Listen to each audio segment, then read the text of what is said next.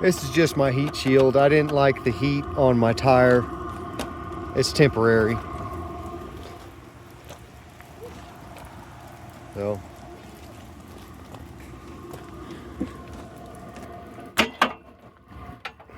I mounted the pump on the outside because it was a little bit loud on the inside. Made me an aluminum ring. Muffler, I don't really care about the muffler. That's my diesel tank, 1 gallon. My adapter. But I'm on low right now and it's doing all right. I cut up an ammo can to shield the exhaust. I can't open it and show you because I got a screw in there. I just packed it full of aluminum foil and it never gets too hot to touch. So it works good. It works real good.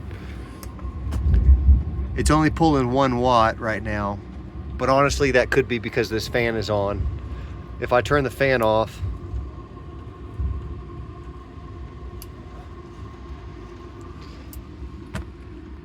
it doesn't even register a watt. So this thing will run a long time. It's saying 13 watts. The diesel heaters don't use that much power. And this is a little bitty Anker power station. I usually hook it up to my big one.